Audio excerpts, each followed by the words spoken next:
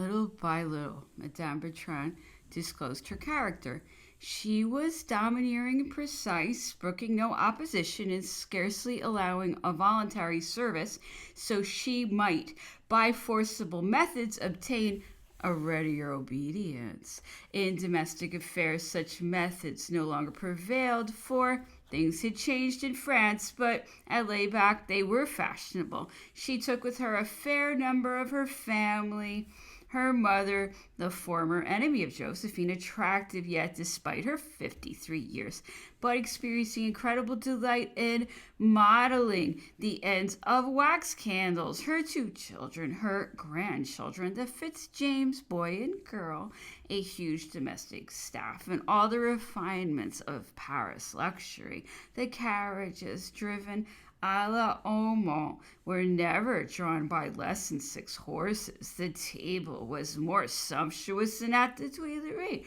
The balls were magnificent. Raffles were held there for the latest modes brought direct from Paris by special messenger and tastefully displayed between the columns of the Temple of Love erected in the great hall. Madame Bertrand arranged everything, and so she might indulge in sightseeing trips and outings of amusement, as well as the most tiring and dangerous journeys. Cared little whether or not she was pregnant, for she looked upon miscarriages as a habit. It was immaterial to her, and she scarcely called a halt in her usual daily routine. It was asserted that no woman ever acted with such carelessness. She had a passion for it, a mania, or rather a disease, but in Illyria that was a princess's pastime. There is no doubt that she delighted in this magnificence and loved to be seen in its midst. She sent her parents in Martinique the miniature of her husband in full dress uniform, and her own, very delightful in green velvet with gold trimmings, a high neck, not round the throat but on the dress, and this miniature won the admiration of all the Dillons, their relatives and friends. At the end of 1812, Bertrand, superseded at Laybach by Junot, was enlisted in war services and for the first time entrusted with the rank of commander-in-chief, that of the 4th Corps of the Grande Armée, which he had organized at Verona. Nothing had prepared him for it. Nevertheless, he made some sort of show. His talents, Amiel said, were perhaps beyond his conception. He did not overrate himself. He never spurned advice. The intimate terms upon which he lives with General Morin do him the greatest credit. Others were not so approving, and criticized harshly this fancy of the emperor's of settling high commands on general officers, his aides-de-camp, who had neither ability nor experience, like Bertrand and Lauriston. Although there might be a great difference in the character of these two officers, when the emperor had to look round for a substitute for Duroc, Grand Marshal of the Palace, who was mortally wounded on May 22nd at the Battle of Makersdorf, he hesitated for some time. Caulaincourt acted temporarily, and then Drouot at Dresden. He considered the names of Lauriston, of Drouot, perhaps in Narbonne, and even so it is said of Flau before deciding on Bertrand. He could not have made a better choice if he wanted loyalty. Bertrand, who was appointed on November 18th, received orders to return to Paris and leave his army corps under Murat's command. He took the oath on the 20th and was installed at the Tuileries. Being very new to his duties, he sought advice but scarcely attuned himself to it, and could hardly be called a success. Madame Bertrand had with her mother and her brother, Monsieur Levasseur de la Touche, who never hesitated to repeat all they heard. The royalist relations, scenting a catastrophe, were hungry for news. That created for her a difficult situation, for personally she was faithful and loyal. The Grand Marshal, who had been appointed by the Emperor adjutant of the National Guard of Paris, could not discharge its duties, hindered as he was at headquarters until the last day. On March 30th, Madame Bertrand, then 6 months in pregnancy, left Paris with the Empress, whom she accompanied to Blois and Orleans. From Orleans, she went to Fontainebleau to make arrangements with her husband for rejoining him at Elba. Bertrand did not hesitate. His inviolable integrity would not for a single moment allow him to be separated from the man who had entrusted him barely 6 months ago with the safety of his person and the running of his household. While Bertrand was undertaking taking that dangerous journey with the emperor, a journey upon which ambushes had long since been prepared, Madame Bertrand arrived at Chateauroux, where she had to await the propitious moment. At the home of her father-in-law. About the middle of July, she left, provided with all the necessary passports. Now 8 months in pregnancy, she traveled with her father-in-law, her children, one servant, and a chambermaid at Bourges. On July 13th, at the very moment the horses were ready, Baron Didelot, prefect of the Cher, attended by the general secretary, intervened. A police officer, infallible and intelligent, arrived post-haste from Paris and entered the carriage.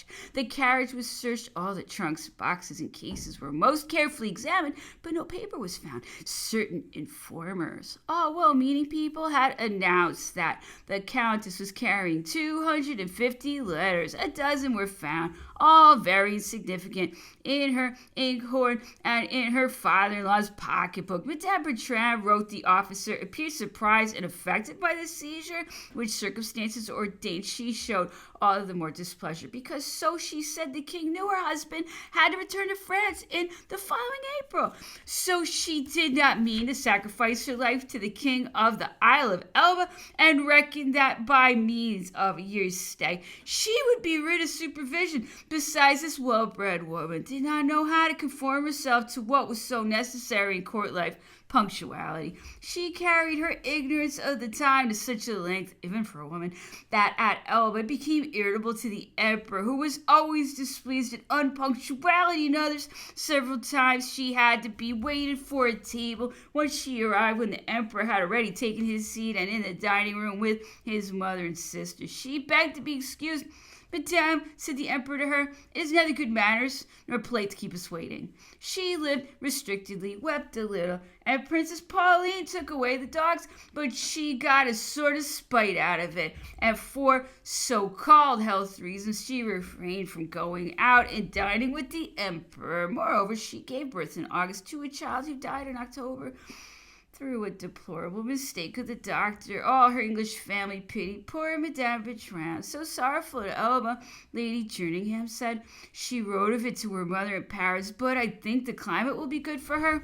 When on New Year's Day, 1815, she came to offer her best wishes, the emperor greeted her, but formally, just like her cousin, the empress, his Creole, thought she must die away from Paris. Furthermore, scarcely had the emperor left Elba than she listened to nothing or nobody. She was instructed to go with Madame Mère and Princess Pauline. She embarked despite Madame with her 3 children, her domestic servants, and several women employed in the house in charge of Lord Meilleraye, Controller of Excise, whose daughter was Madame de Melichier, who had, so it appeared, undertaken the duty of conducting them to Paris. She approached Antibes, made strong complaints against the prefect Boutillier, was transferred to Marseille, where she was locked up in a city jail, the men being incarcerated in the Chateau d'If.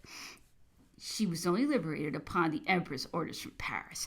During the 100 days, she took up her abode again in her quarters in the Tuileries, but without any spirits or taste for anything. Bertrand was in receipt of such poor information regarding events that, as a precautionary measure, he placed in English stocks all the disposable part of his fortune. It was fortunate for him he did so, for it was on this money that he lived for at least 2 years while at St. Helena.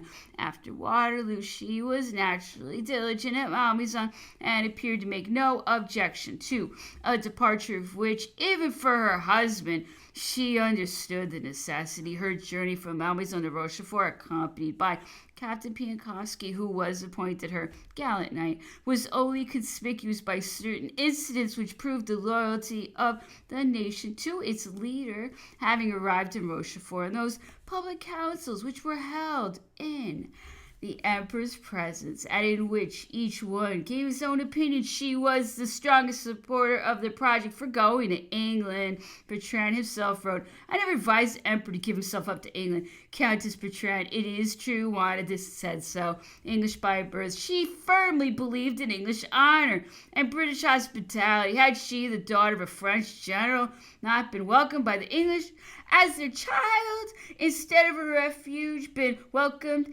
in a prison that England had prepared for the man who had put himself under the protection of its flag. And what a prison! Madame Bertrand became deranged.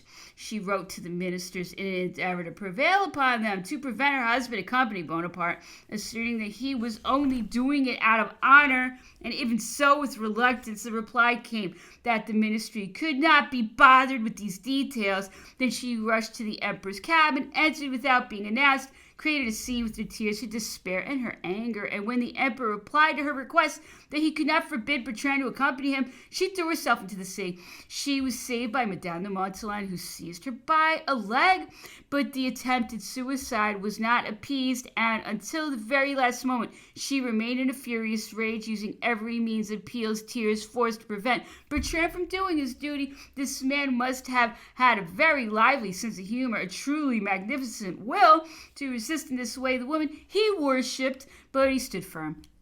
Nevertheless, he made a promise to remain there only 1 year, and his wife regarded it as settled.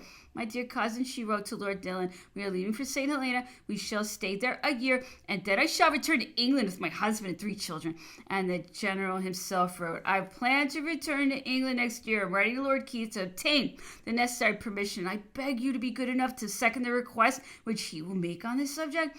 Here was the chief of the household, the indispensable man, the adorning personage. He who must play the title wrote and subdue the staff to his directions. He would be that only temporarily. In 12 months he would leave, and thenceforth would have neither plans to make nor responsibilities to fulfill. Between his loyalty to the emperor, his love for his wife, his weakness for his children, he was ceaselessly tied and misled. He satisfied no one and displeased himself. The more honest he was, the more virtues he displayed, the greater proof of his integrity he gave. The less in evidence was his marital enthusiasm, and Madame Bertrand found him so much the less attentive as formerly he had been devoted. From the time she left Rochefort, she took stock of the absolute isolation in which she was condemned to live, and which, for such a woman as she, would be one of the worst possible torments. She was actually little disposed to mix with her new acquaintances who did not belong to the society in which she was born and in which she had lived at least before her marriage, and even after living on intimate terms, because she chose her husband rather than his sphere of society with his mother, his brother, his nephews, and cousins. And the addition of a general's military household, she had mixed a little with court and not at all in the city. She would never have had the occasion to meet Monsieur and Madame de Monttalon otherwise, and these were people with whom it seemed she could never keep company. Monttalon.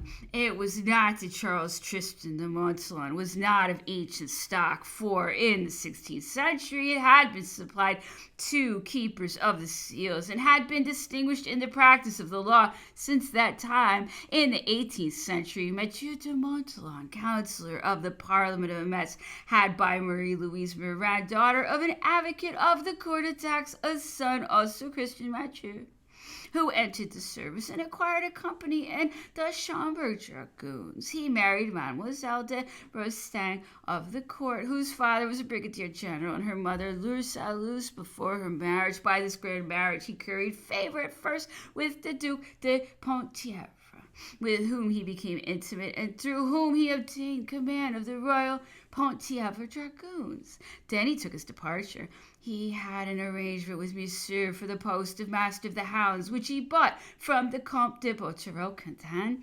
That was a means of elevating him, for he lacked the honors of the court. As huntmaster to the king's brother, it would enable him to follow the hunt of his majesty and to ascend his coaches. There was no question of favor here, and there were no regulations broken. And in 1784, Monttalon was presented with his titles by his father, which qualified him as a counselor of honor in the Parliament of Metz. He asserted that his family, traced back to the 16th century, was the stem of a family of ancient nobility, the lords of Lee and Monttalon, or Monttalon in Antinois. But this ancestry appeared weak and no proof was forthcoming. As a compensation, Mathieu de Montholon, the councillor of the Parliament at Metz, obtained letters dated October 6, 1787, which gave credence to the noble extraction and authorized the eldest son of Sieur de Montholon in the future to assume the title of Comte de Lee. This place, Lee, had a British appearance, but there were other Lees in Burgundy, among them a hamlet in the parish of Couletre. Matters were not helped by the consequent confusion, which similarity with the English Lee produced, one instance of which was Andre, Lieutenant General and holder of the Grand Croix of St. Louis, who was killed at Saint-Germain in 1734, and another Andre, Lieutenant Colonel of the Bouclier Regiment, who was killed at Paris in 1787, Mathieu de Montholon, Master of the Hounds, who became Marquis de Montholon, died accidentally in 1788, leaving 4 children: Charles Tristan, Comte de Lee, aged 5 years; Louis Desiree, who was 3, and 2 daughters, Marie, 11 years old, and Félicité Françoise, 8. His widow was married again 2 years later to Monsieur Huguet de Montferrand de Semenville, who at that time was a parliamentary councillor who, during his very long life, had been concerned in all sorts of political affairs and had succeeded by a ceaselessly active intrigue in holding fast in an amazing fashion to important posts. He interested himself with a paternal devotion to his wife's children, marrying Marie to the Comte de Spar, Félicité at first to General Joubert and then to General MacDonald, and adopting the 2 boys, the elder of whom Charles Tristan had, he said, and here he spoke truly, at 5 years of age obtained the reversion of the post of Master of the Hounds held by Montholon, the money from it being saved up.